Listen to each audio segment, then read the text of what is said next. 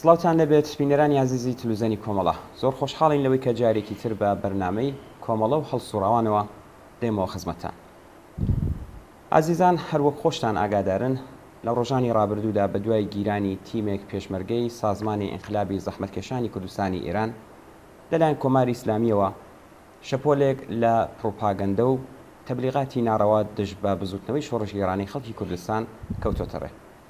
ئێمە بۆ قسە و باسی زیاتر لەسەر ئەم بابەتە و ڕوونکردنەوەی ئامانجەکانی ڕژیم لە وەڕێخستنی ئەم تبلیغاتە هاوڕێ حەسان ڕەحمانپەنا ئەندامی کویتەی ناوەندی کۆمەڵان لە ئستودیۆ لەگەڵدایە. هیوادارن کە ئێوەش بتوانن تا بە کۆتایی لەگەڵمان بن. کاک حەسان سەرەتا بەخێراتنت پێ دەڵم زۆر سپاس بۆی کە دووبارە بەشداریتان لە بەرنامەیەدا کرد. سپاس کاکە ئەمیر بۆ ئێوە بۆ هاوکارانتان سڵاوم هەیە بۆ بینەرانی تەلەڤیزیۆنی کۆمەڵە و لە خزمەتان. زۆر سپاس. کاک حەسەن هەر وەک لە سەرەتای بەرنامەکەدا باسم کرد لە ڕۆژانی ڕابردوودا شەپۆلێک لە تەبلیغات لە دژی بزوتنەوەی شۆڕژگێڕانی خەڵکی کوردستان کەوتۆتە ڕێ. بەهانەکەشیان گرتنی تیمێک لە پێشمەرگەی سازمانی ئینقلابی شۆڕژگێڕانی کوردستانی ئێرانە. پێم خۆشە بزانم هەڵسەنگاندنی ئێوە بۆ ئەم پرۆپاگەندەیە بزانی چییە؟ ئەوەی ڕاستی بێت ئەوەیە کە لە ماوەی ڕۆژانی ڕابردوودا واحدێک لە پێشمەرگەی حزبی کۆمەڵەی کوردستان لە منتەقەی تەرگەوەڕ و مەرگەوەڕ بە پێی ڕاگەیاندنێکی کورد کە سەرەتادایان واروەها بە پێی لێدوانی بەرپرسانی ئەو سازمانە دەستگیر کراون خۆیان وردەکاریان نەوتووە ناوی کەسەکانیان نەوتووە وتویانە لە داهاتوودا وردەکاری زیاتر دەڵێن معنای ئەوەیە کە خۆشیان زۆر بە وردی ئاگداری ڕووداوەکە نین نازانن چۆن بووە بەڵام تەبلیغاتێکی زۆر لەلایەن خودی ڕژیمەوە ڕێکەوتووە هەروەها ئەمە بووە بە شاڵاوێکی تەبلیغاتی لە دژی بزوتنەوەی خەڵکی کوردستان تاو جێگایی کە بە تەبلیغاتی جمهوری ئیسلامی دەگەڕێتەوە دەبێ بڵێن کە ئەمە تازە نییە هەر لە ڕۆژی ئەوڵەوە کە بزوتنەوەی مەقاومەتی خەڵکی کوردستان شکلی گرت هەر لە شەڕی نەورۆزی خوێناویەوە لە کۆچی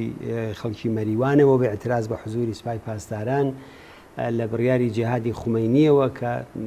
دەری کرد ووتی ئەمانە ئەم خەڵکی کوردستان و لا حیزب و لایەنە سیاسیەکانی سەر بە دەرەوەن ئەو کاتدایان کو سەر بە پالیزبانن سەر بە دەوڵەتی عێراقن ئەوە لە واقعدا ئەهدافێکی سیاسی لە پشت بوو ئەهدافە سیاسیەکەیش ئەوە بوو کە تەسویرێکی خراپ لە بزوتنەوەی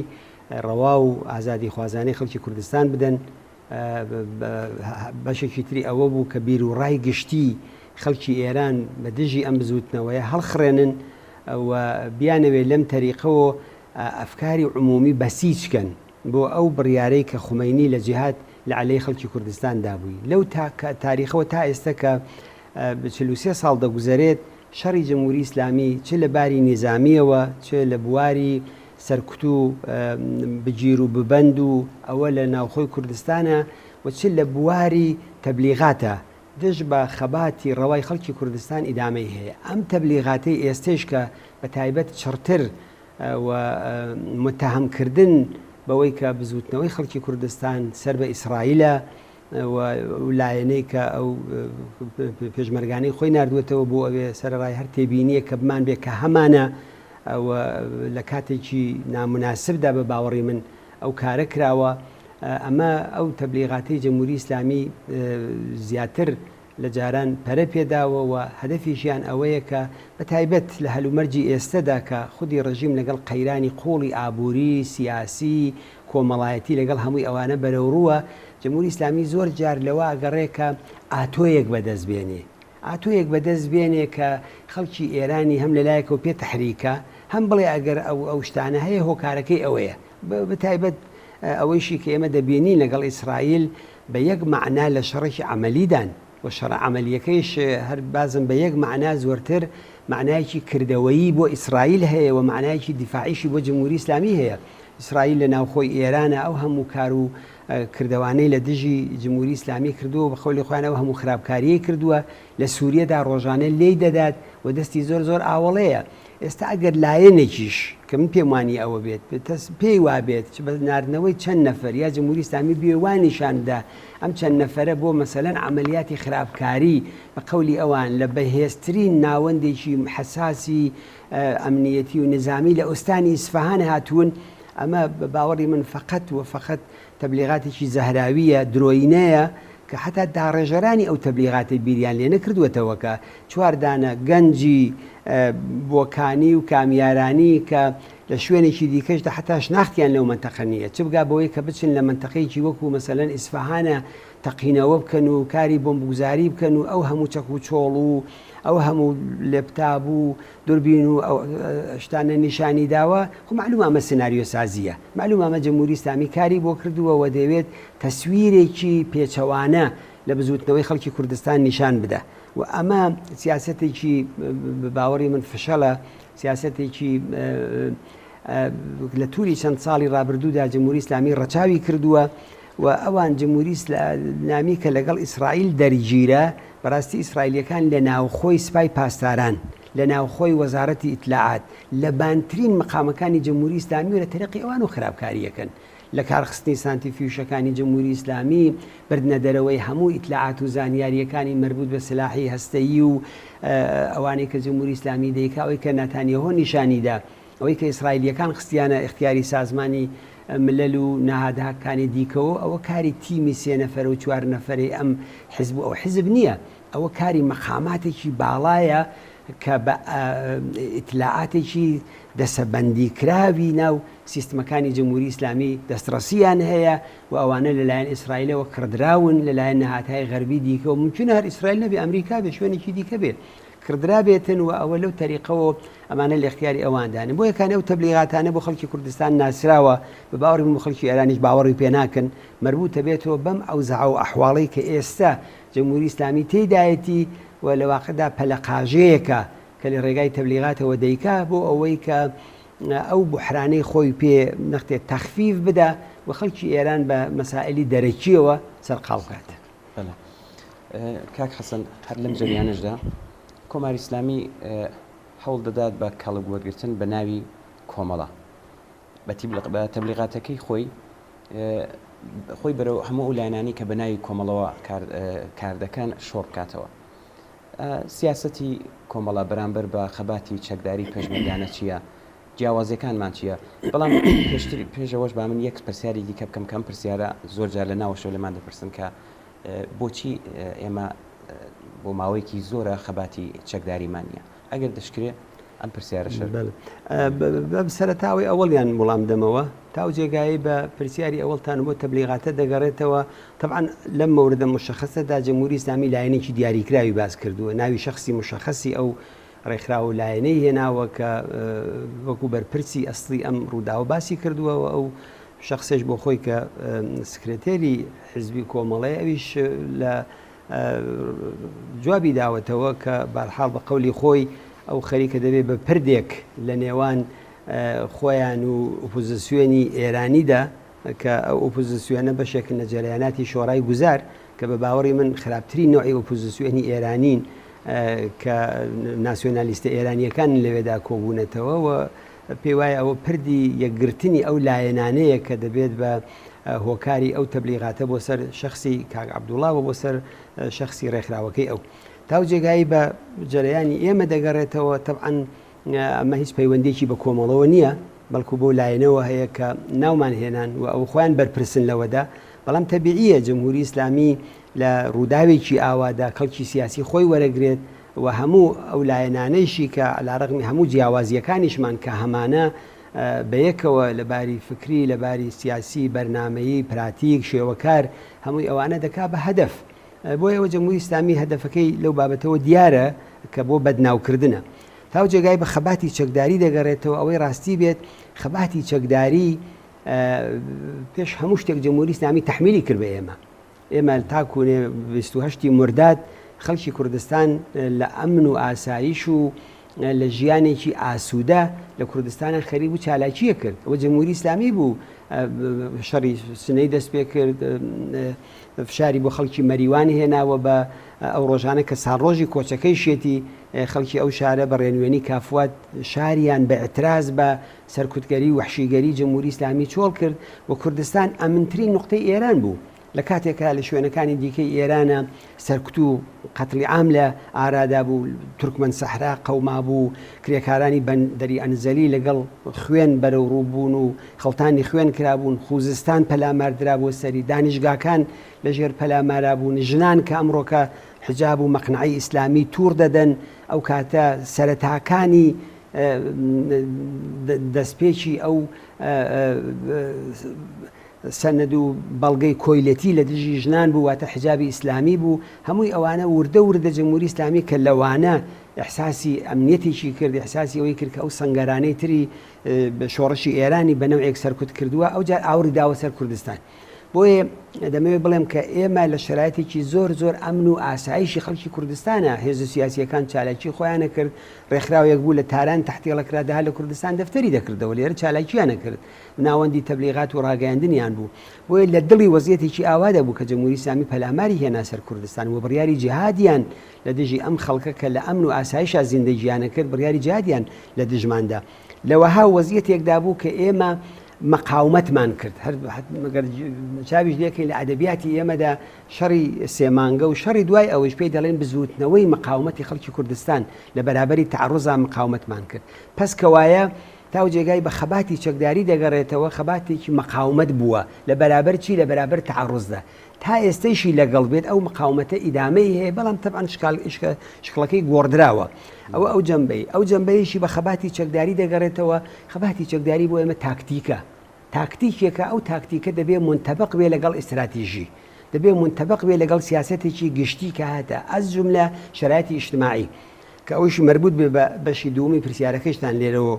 ئەویش ئەوەیە کە شرایەتی ئیجتماعی ئەو کاتەی کوردستان هەڵگری خەباتێکی چەکداری جەماوەری بوو خەڵک لە سنتۆت مەشاکی ئێمە شەڕی 24 ڕۆژەی سنەمان هەیە 24 ڕۆژ لەو شارەدا مقاومەت دەکرێت بە پێی ئامارەکان 14-15 هزار گولەی تۆپ و خومپارە و ئەسلاحی سەنگین دەدرێت بەسەر ئەو خەڵکەدا بە دەیان کەس گیانیان بەختەکەن بەڵام مقاومەت دەکرێت وە لە مێژووی خەڵکی کوردستانە ئەوە سەبت بووە بەدوای ئەوەدا شەڕی شارەکانی دیکە چ پێشتر چە دواتر شەڕی مێحوەرەکان شەڕی منتەقەکان هەمووی ئەوانە هەڵقوڵاوی سیاسەتێکی شۆڕەژێڕانە بوو لە بەرابەری جمهوری ئیسلامیدا و بۆی ئەوە جەمبەیەکی تری ئەوەیە کە دەڵێن ئەوە تاکتیکە ئەو تاکتیکە دەبێت منتەبق بێ لەگەڵ ئیستراتیژی ئەس جملە ئەو ئامرازەی بەکاری دێنی ئەو شێوازە لە خەباتت کە خەریکی دەیکەی هەم لە ناوخۆی وڵاتەکە تا مەشروعیەتی بێ هەم خەڵک دیفاعی لێ بکە هەم ئەوەی کە دەبێت پشتی جبهەیشی بێ و خەباتی چەکداری ئەوەی کار حزبێک هەڵسێت و ئەمڕۆکە هەر کەس ناوێکی لێ دەنێت و جەماعەتێ بنێرینەوە ئەو ساڵانەی ئەخیر ئێوە چاولێکمزان تەلەفاتی هێزی پێشمەرگە لە بەرابەر جمهوری ئیسلامیدا چەند بەرابەر زیاتر لە تەلەفاتی سوپای پاسداران و بەکرێگیراوانی جمهوری ئیسلامیە ئەگەر جاران چوار پێشمەرگە لە جێگایەکە ئەسیر ببوایە حەدیقەلەکەی 70-80 بەکرێگیراوی جمهوری ئیسلامی تێدا دەچوو چەند بەرابەری ئەویان لێ ئەسیر دەبوو کۆڵێک چەک و چۆڵ و ئیمکاناتی نظامی دەکەوتە دەست ئەو هێزەیە کە دەرگیری شەڕەکە بوو ئەگەر لایەنێک 50-60 پێشمەرگە و لە کمیتەی ناوەندیەکەی لە دەستداوە لە وەختێکی ئاوادا لە ساڵێکە ئەوەندە لەوانەوە تەلەفاتی بدایەوە دە بەرابەری ئەوە زەربەی لە جمهوری ئیسلامی بدایێت یعنی لە واقعدا ئەو نوع کارە زەعفێک دەدا بەدەست جمهوری ئیسلامیەوە و قەدەر قودرەتێکیش بەو نیشان دەدا هێزی پێشمەرگەیە کە لە دڵی خەباتێکی شۆڕەژێڕانەدا لە شەڕی شۆڕەژێڕانەدا مەقاومەتی کردووە سەربەرز بووە هەمیشە متعەڕز بووە ڕێژیم لێی ترساوە هەر ماوەیەک لەوە پێشتر یەکێ لە ئەسیرەکانی جمهوری ئیسلامی قسە و باسێکی کردبوو بڵاو بووە لە تۆڕە کۆمەڵایەتیەکانە کە باسی دەکات کە گەر ئێمە بە چەند بەرابەر لە هێزی پێشمەرگەی کۆمەڵی زیاتر بوایەتین بەڕاستی وحشەتمان دەکرد لە شەڕ لەگەڵیدا ئێستا ئەوەی کە مەسەلەن بە ناوی کۆمەڵەوە دەکرێت ئایا ئەو سیمای پێشووە من دەڵێم نا جا بۆ یەکانێ شەڕی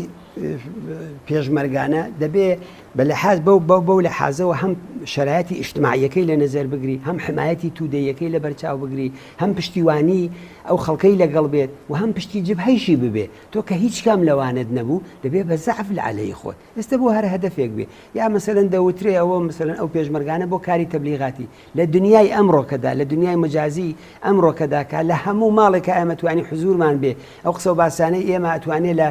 هەر کەسێک ئەو تەلەڤیزیۆنە بگرێت ئەگەر بە فەرز نیوەی کوردستان هەر دەرسەدێک گشتی کەم زۆر بیگرێت ئەوە تەبلیغاتی ئێمەیە ئەو بچین لە مزگەوتێکیشە خەڵکمان کۆ دەکردەوە لەسەر شەڕی چەکداری قسەمان کردای ئەوانەمان دەکوت لەسەر پرۆپاگەندەکانی جەمهوری ئیسلامی عەلەی شۆڕشی کوردستان قسەمان کردای ئەوانەمان دەکوت بنابەرین چی هەیە کە ئێمە ئەمڕۆکە لە دنیای مجازی ناتوانین بیکەین بەڵام بە چوار دانە گەنجی نائاشنا بە منتەقەیەک بیان بینەوە لەوێ ئەو وەزعەتیان بەسەر بێ بڵێنەوە بۆ کاری تەشکیلاتی چوینەتەوە وەکانی ئەو نەوع ڕەوشەیش لە کار و چالاشی تەناسبی نییە لەگەڵ ئەو خەباتی کە تا ئێستا لە جنبشی کوردستان نەکراوە مزافەن ئەوەی کە جنبشی خەڵکی کوردستان بەوە ناسراوە تەنانەت ئەو دەورانەیشی کە ئێمە لەگەڵ دەوڵەتی بەعس هاوکاریمان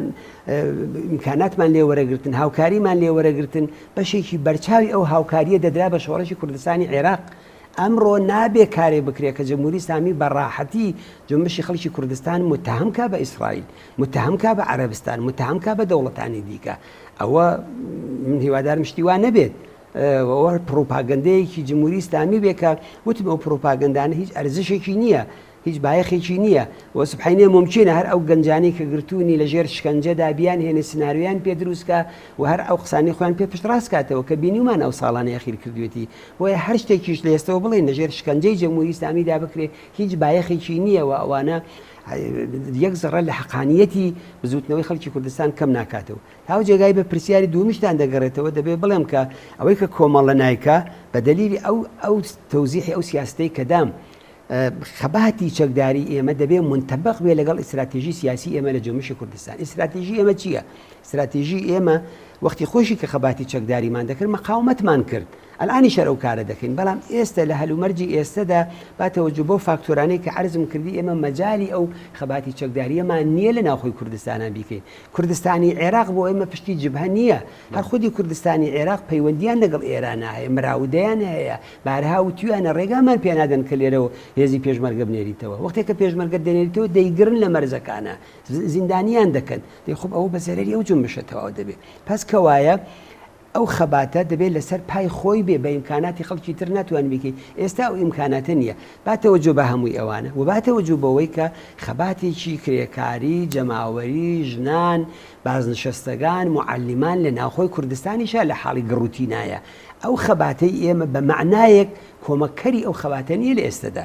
بەڵکو جمهوری ئیسلامی بەهانە دەدا بەدەستیەوە کە تحتی عنوانی ئەوەی کە وەزدی انقلاب هاتوونەتەوە پێشمەرگە هاتوونەتەوە یارمەتی ئەوان دەکەن بە معنای سەرکوتی و خەباتەیش بکە بۆیە خەباتی هێزی پێشمەرگە لە کاتێکە دەبێت زۆرتر لە ناوەپەرەبستێنێ کە کۆمەک دەربێ بۆ ئەو خەباتە کە یارمەتی ئەو خەباتە بدا کە بەهێزی بکە لە کاتێکا کە ئەو خەباتەیش نەتەنیا پی بەهێز نەبێ بەڵکو زەربەی لێ بخوا کۆمەکیش ناکابەوە بەڵام ئەی چی بۆ ئێمە ڕاگررتنی هێزی مسلح لە شەرایەتی ئێستادا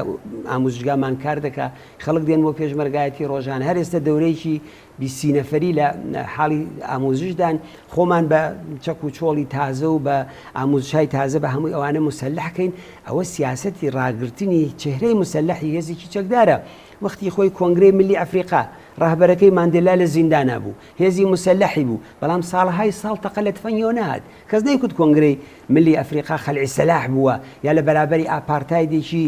ڕەگەزی کە لە ئەفریقادا بوو مبارزە نەکا یا خەباتی ئیرلندیەکان لە بەرابەر داگیرکەری بریتانیەکانە شاخەیەکیان بوو لە پارلمانە بوو لەوێ خەریک بوو خەباتیان نەکرد شاخەی نظامیشیان بوو بەڵام خۆ خەباتی چەکداریشیان ناکرد بنابەرین ئەو بۆچوونەی کە پێی وایە هەموو شتێک لە خەباتی چەکداریدایە ئەو بۆچوونێکی هەڵەیە و لە شەرایەتی ئێستەیشدا بە باوەڕی من کەمترین خزمەتێک بە بزوتنەوەی شۆڕەژگەرانی خەڵکی کوردستانیش ناکا بەڵکو دەبێت بە نقطە زەعف دەبێت بەو تەبلیغاتە مەسمومەی کە جمهوری ئیسلامی دەیکا کەوتمەوە هیچ بایەخێکی نییە و دلیلی ئەوەیە ئەگەر ئێمە پێشمەرگە نانێرینەوە لەوەدا نییە کە لە زەرفێت بە وەکو خەڵکی دیکە دێنەوە ئێمە شەتوانی ئەوە بکەین جیالەوە ڕێخستنیشمان لە ناوە هێبمانەوە دەتوانین بەوانە ئەو کارە بکەین بەڵام شرایطە ئیجتماعیەکەی کە لە ئەوڵ و عەرزم کردی هەڵگری ئەو وەزیەتێنێ لە ئێستادا کە ئێمە بین ئەو کارە بکەین بە زەرەری ئەو بزوتنەوە جەماوەری و کرێکاری و ژنان و ئازادی خوازانە تەواو دەبێت کە لەناوە لە حاڵی پەرسەندن و لە حاڵی بەرەو پێچووندایەوە ئەس قەزا جمهوری ئیسلامی پێخۆشە. جمهوری ئیسلامی پێخۆشە ئێستا لەم شرایطەدا بزوتنەوەی خەڵکی کوردستان بەرەو خەباتی چەکداری بەرێت. بۆ یەکانی ئیمکاناتی زۆرترە، چەک و چۆڵی زۆرترە، ئەو لە شوێنەکانی خۆی مستەقڕە، ئێمە لە شوێنەکانی دیکەداین زەرەرمان پێ بگەێنێ بەو لە حازەوە. بۆیە من لام وایە لە ئێستادا ئەنجامدانی ئەو شکڵە لە خەبات بە قازانج نییە و جمهوری ئیسلامی بۆ یەکانێشە کە ئابە و شێوەیە دەیەوێت نیشانی بدا کە سەر بەلایەنێکی دیکەن سوورەتێکە ئەوە پرۆپاگەندەیەکی پوچەوە هیچ ئەرزش و بایەخێکی نییە. کاک حەسەن باسی پشتی جەبهەت کرد کە پشتی جەبهەیەمە ئێرە نییە، پس کەوایە پشتی جەبهەکەمان ناوخۆیە. ئەم پشتی جەبهەیەمان بۆچی بۆ ئاوای لات و ئێمە چۆن دەتوانین تەقویەتی بکەین؟ ناوخۆ بۆ ئێمە پشتی جبهە نیە، ناوخۆ بۆ ئێمە جبهەی ئەسلیە. ئێمە لە ناوخۆدا وەختی خۆی سەنگەرەکانمان، مەقەڕەکانمان، چالاکیمان، هێزی پێشمەرگەمان لەوێ بوو. ئەوەی بۆچی وای لێ هاتووە لە واقعدا ئەو ناوخۆیە بە دەلیلی ئەوەی کە ئێمە لە بواری نظامیە پاشەکشەمان کردووە، بە دەلیلی ئەوەی کە جنبشی شۆڕەژگەڕانەی خەڵکی کوردستان لە عەرسەی نظامیدا فشاری بۆ هاتووە، پاشەکشەی پێکراوە، پشتی جبهەمان بەو معنایە نەماوە، مەناتقی ئازادمان نەماوە، هێزی پێشمەرگەمان هاتوێتە ئەم دی و سنوورەکانەوە و ئێمە لەو دی و سنوورەکانەوە نامانەوێت کە لە واقعدا کلیلی خەباتی چەکداری ئێمە بەدەست خەڵکی تر بێ، پیان خۆش بێ مەرزمان بۆ بکەنەوە بچینەوە، پیان خۆش بێ لێمان داخەن، نەتوانین ئەوە بکەین. بۆ ئێمە ڕامان گەیاندووە کە ئێمە لەو دەورەیەدا ئاگاهانە و بە پێی سیاسەتی خۆمان خەباتی چەکداریمان ڕاگرتووە، بەڵام خەباتی کرێکاری، خەباتی جەماوەری، خەباتی خەڵکی ئازادی خواست، خەباتی ژنان لە حاڵی گڕوتینایە لەو کۆمەڵگایەدا و خەباتی چەکداری ئێمە لە کاتێکە ئەگەر ئێمە و خەباتە دەست پێ بکەینەوە بە خەڵکی ڕادەگەیەنین، ئامادەجیان ببێ، هاوکاریمان بکەن، تەقویەتمان بکەن. و من پێم وابێ ئەوە مەرحەلەیەکی دیکەیە کە بزوتنەوەی خەڵکی کوردستان دەچێتە پێشەوە. لەو کاتەدا هێزی پێشمەرگە نەتەنیا جمهوری ئیسلامی بە عنوانی نقطە ضعف لە عەلەی ئەو بزوتنەوەی دیکە ناتوانێت خەڵکی لێ وەربگرێ، بەڵکو دەبێت بە نقطە قووەت، دەبێت بە یارمەتیدەر پشتیوانی ئەو بەشە لە خەباتی کرێکاری و جەماوەری دەبێت بە هێزی دەکە. من ساڵی 58 لە بیرە ئەو کاتەیە کە شەڕی سێمانگە بوو، لە ناوشارەکانی خەریکی چالاکی بووین، ڕۆژانە لە ناوشار تەزاورات بوو، شەوانە هێزی پێشمەرگە دەهاتەوە شارەکان، ئەو دوو خەباتە یەکتریان تەکمیل دەکرد. ئێستا لە حاڵی حازردا ئەوە نییە، جمهوری ئیسلامی لە دانەیەکیان نەتوانێت لە عەلەیهی ئەوی دیکەیان سوء ئیستیفادە بکە. پس کەوایە ئێمە دەبێت ئەو ئاگاهانە یەکێک لەو خەباتانە بە خزمەتی ئەوی دیکە ڕابگرین کە ئێمە کردومانە. ئەویش ئێستا لە مەرحەلەی ئێستادا من پێم وابێ خەباتی چەکداریمان کۆمەک ناکات بە بەهێزکردنی ئەو خەباتە، بەڵام ڕاگررتنی سیمای مسلح، بەهێزکردنی هێزی پێشمەرگە بە چەک و چۆڵ، بە تەدری، بە ئاموزش و هێزێکی تۆکمە دروستکردن بۆ شرایەتێکە کاتی خۆی دەگات و ئەو کاتێش وەختێکە بزوتنەوەی جەماوەری لە حاڵی گەشە و بەرەو پێشچووندایە، لەو کاتەدا هێزی پێشمەرگە واردی خودی ئەو خەبات و مبارزە دەبێت و دەتوانێت بەهێزی بکە و ئەو کاتە هێستا بە باوەڕی من نەهاتووە. بۆ یەکانێ ئێمە پشتی جبهەمان کوردستانی عێراق بۆ ئێمە پشتی جبهە نییە، شوێنێکە کە مەقەڕەکانمان، شوێنی حەوانەوەی دەم و دەستگای تەبلیغاتیمان، خانەوادەکانمان نەخۆش، کەسانی بەتەمەن لە ئوردوگاکانە لەوانەدا ژیانەکەن و هێزی پێشمەرگەش بە شێوەیەکی دیکە خەریکی ئاموزش و کاروباری خۆیەتی. زۆر باش کاک حەسەن، ئەو خەباتی مەدەنی و خەباتی چەکداری کەلانی و ئاماژتان پێکرد، ئەوە فەرموتان ئێمە خەباتی چەکداریمان فعلەن ڕاگرتووە، دوا ناکەوێ، ینی ئێمە وەگەوەی کە مەسەڵەمان تەمەرکوزمان لەسەر خەباتی مەدەنیەکەیە، ئەم خەباتی چەکداریە کە ڕاگیراوە بە بڕوای ئێوە دوا ناکەوێ، چون پێشکەوتن و دواکەوتنیان هەر بە زەرمانە گەر لەکرێ ڕوونکردنەوەیەکیش لەسەر. نا من پێم وانیە دواکەوێت، چونکە هەر شتێک کاتی خۆی هەیە، خۆمە ناتوانین بە ئێرادەی خۆمان خەباتی چەکداری بکەین. من عەرزم کردی خەباتی چەکداری مەحسووری شەرایەتێکی ئیجتیماعی و سیاسی تایبەتیە. ساڵی 58 و تاکوونێ ساڵەکانی 65 و 66 و ئەوانەیش ئەو شرایەتە ئامادە بوو بۆ ئەو خەباتی ئێمە، پشتی جبهەمان بوو. هێزی پێشمەرگەی ئێمە مەسەلەن دەهاتەوە نەواری مەرزی، لەوانە ئیسراحەتی دەکرد، پشتی بە ناوەی وڵاتەکەی خۆی بەن بوو، جوان و خەڵک و تەدارکات و ئیمکانات و ئەوانەی لەوێ تەهیا کرد. بەشێکی زۆر لە چەک و چۆڵی لەو عەمەلیاتانەی کە لەگەڵ دوژمن دەکرد بەدەستی دەهێنا، خۆی بەوانە تەیارە کرد. بۆ یەکانی ئەوە مەسەلەوە دواکەوتن نییە، ئەو خەباتە ئێستا لە حاڵی حازرەوەتە خەباتی چەکداریمان بەو شێوازەی کە ئێمە تعریفمان کردووە بەهێزکردنی ئامادەکردنی چ لە باری فکریەوە چ لە باری نظامیەوە لە تەنیا من پێم وابێ دووا ناکەوێ بەڵکو ئەو شرایطە کە گەیشت وەکو میوەیە وایە کە دەگا ئەو شرایطە لە ناو کۆمەڵگەی کوردستانە کە بگا ئێمە ئەو زەرفیەتەمان هەیە لە ماوەیەکی کورتی خەولتان پێدەم یەک هەفتەدا بە هەزاران کەس چەکدارکەین لایەنەکانی تریش ئەو زەرفیەت و ئیمکاناتیانی هەر کەسێک بە پێی زەرفیەتی بە پێی توانای خۆی کە بتوانێت خەڵکی دیکە هێز کۆکاتەوەی هێز چەکدارکەوە لە شرایطێکی وادا تەجربەی کوردستانی عێراق تەجربەی بزوتنەوەکانی دیکە کە شرایطی ڕاپەڕین دێتە پێشەوە بە تایبەت لە دژی ئێستبداد بە هەزاران کەس چەک هەڵدەگرن و کافی ئەو کاتە ئەو هێزی پێشمەرگە دەبێت بە هەوێنی ڕێخستنی ئەو هێزە دەبێت بە دەسمایەی ڕێک و پێکردنی سازماندانی و دەچێتە خزمەتی ئەو دەسەڵاتە جەماوەریە کە ئێمە حولی بۆ دەدەین چێتە خزمەتی شوراکانەوە نابێت بەهێزێکی بانسەر لە خزمەتی ئەو خەڵکەدا بۆیە باتەوەجو بەو ئامادەجێش کە لە کۆمەلگای کوردستان هەیە باتەوەجو بەو خەشم و نفرەتەیش کە لە کۆماری ئیسلامی هەیە و باتەوەجو بەو سەدحەیش کە من پێم وابێ ئێستش خەڵک بە ئاسانی دەستیان بە چەک دەگا لە جامعەی کوردستانە ئەو ئەرسە لە خەباتی ئێمە نەتەنیا دواناکەوێ بەڵکو لە سەریعترین ماوەیدا ئەو کلێنە پڕ دەکاتەوە ئێستا مهم بۆ ئێمە ئەوەیە کە بزوتنەوەی کرێکاری بزوتنەوەی جەماوەری بزوتنەوەی ژنان ئەو ئەرسانە بەهێزکەین ئەو ئەرسانە کە خەریکە لە شەقامە لە بەرابەر جەمهوری ئیسلامیدا ڕاوەستاوە بە تاکتیکێکی هەڵە زەربە لەو خەباتە نەدەین کە لە ناوە مەسەلەن بە کوشتنی پاسدارێک بە کوشتنی دوودانە سەرباز کە ئەوە کرا وەختی خۆی لاەنهای لە مەسەن لە منتەقەی بانە لە شوێنهایکی دیکە کردیان وە چە فشارێکیان هێنا سەر ئەو خەڵکی ئەو منتەقانە بۆیە خەباتی چەکداری بۆ جەمهوری ئیسلامیش دەزانێت کە ئەوە لە واقعدا پۆلیوێکە خۆڵەمێش کراوە بەسەریە هەر کاتێک کە ئەوە بایەک لێدا و گەشایەوە کە ئەوە بای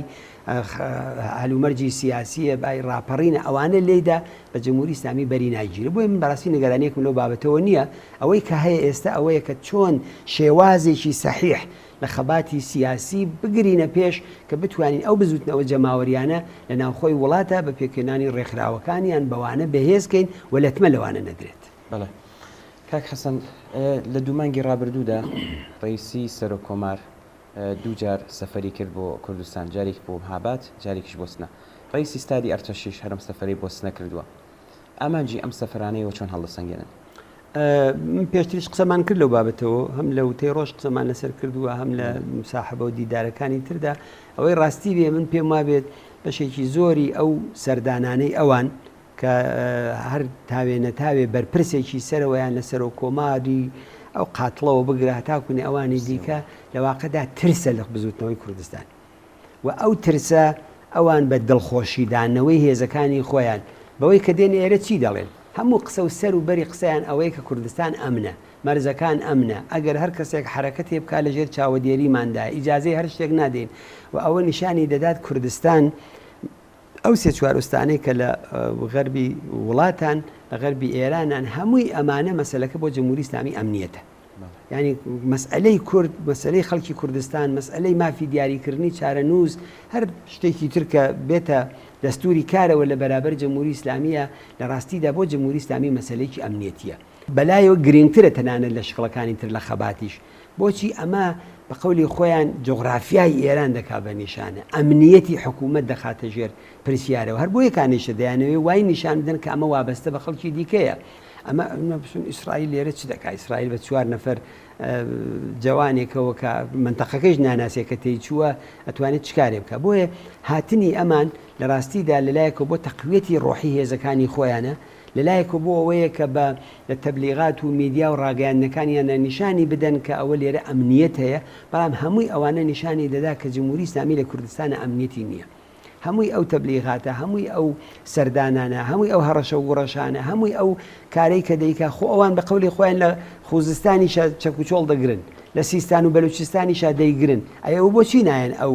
وسعەتە لە ئەسلحە و لە تەقەمەنی و لە کامپیوتێر و ئاخر خۆیان بیرەکاتەوە مەسەلەن 4 دانە جوان چەندێک دەتوانێت زەرفیەتیان بێ ئەم هەموو وەسایلێکیان لەگەڵ خۆیان هەڵگرت بێ خۆ زەرفیەتی هێزێک ئەگەر پارتیزان بێ مەسەلەن بۆ عملیاتێک بچێتەوە چەکوچۆڵەکەی خۆیەتی و مختاری خورد و خۆراکە و 15 کیلۆ پیاڵ دەگیرێ بەڵام ئەوەی کە جەمهوری ئیسلامی نیشانداوە نیو تۆن ئەسلحە و تەقەمەنی نیشانداوە کە قەرارە شوێنێکی پێ بتەقێنەوە لە دەوروبەری بە قەولی خۆیان ئیسفاهان بۆ یەکانێ ئەمانە نیشانی دەدات کە کوردستان کەماکان ئەمنیەتیە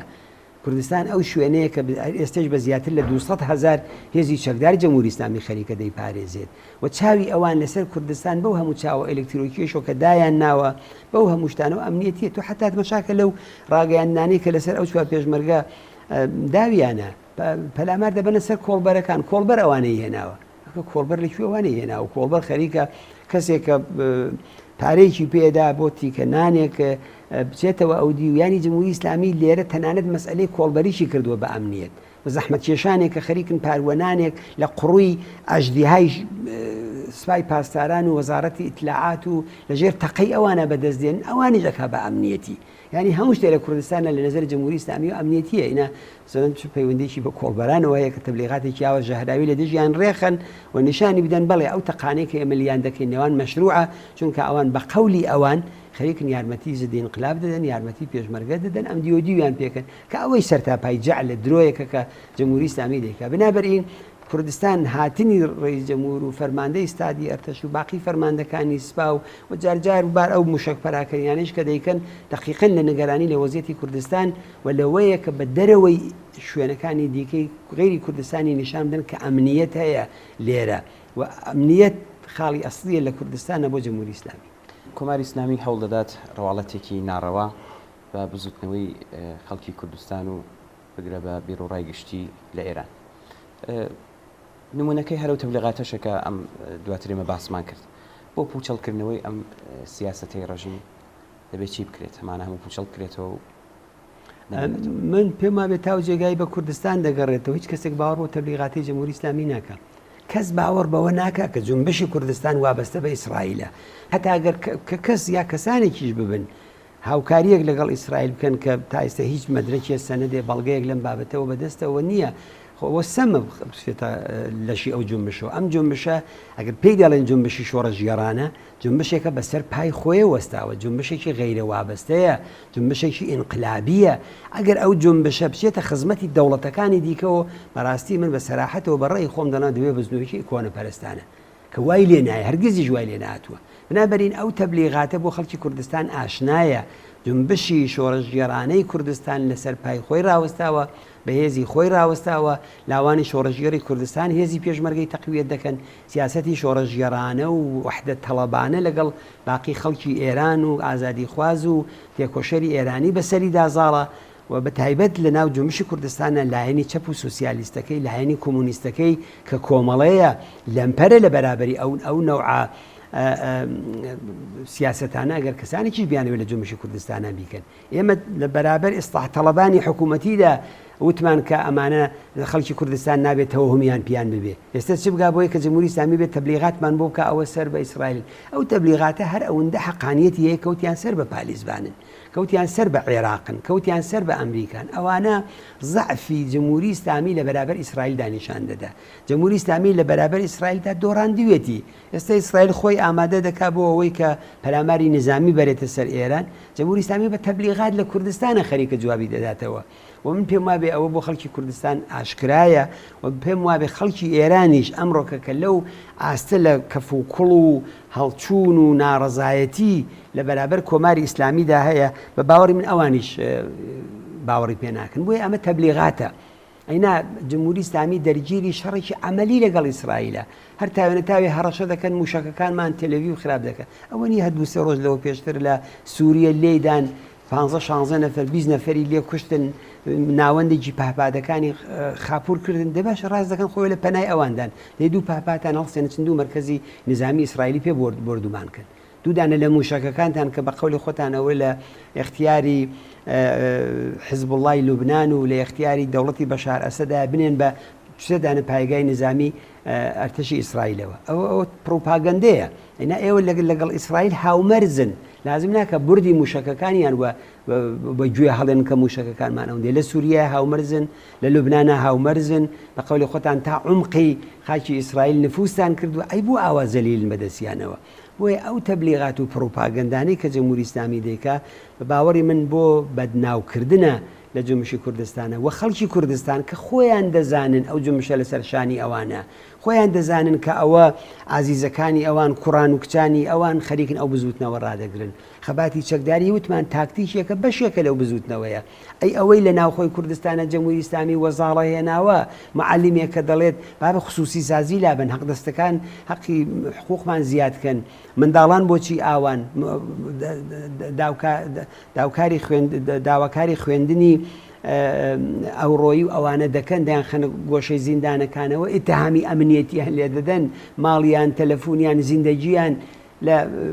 بەردەستی ئەوانایە ئەوە چۆن تەوزیع دەدا جەمهوری ئیسلامی بنابەرین ئەو پرۆپاگەندانە لەم ڕۆکەدا بە باوەڕی من هیچ بایەخێکی نییە بە نیسبەتی بزوتنەوەی شۆڕەژێرانەی کوردستانەوە ئەو بزوتنەوە ئەوەندە سنەتی ڕادیکاڵ ئەوەندە سنەتی ئینسانی ئەوەندە سنەتی بەرابەری تەڵەبانەی هەیە کە خەڵکی ئێران پێی دەڵێن کوردستان سەنگەری ئینقلابی ئێرانە چۆن دەتوانێت جەمهوری ئیسلامی بەو تەبلیغاتە چەواشەیە خەوش بخاتە سەر پاچی ئەو جنبشە و طبعا جنبشی کوردستانی وەکەر جنبشێکی دیکە جنبشێکی گرایشی جۆرا و جۆری تایە حزبی جۆرا و جۆری تایە ممکنە کەسیشی تێدایە ئارەزوی ئەوە بێ ئەمڕۆکە تانگەکانی ئەمریکا بێن و کوردستانی بۆ ڕزگارکەن ئارەزوی ئەوە بێت تەجروبەی کوردستانی عێراق تێکرار بێتەوە بەڵام بۆ لایەنی ئێمە ئارەزومان ئەوەیە کە لە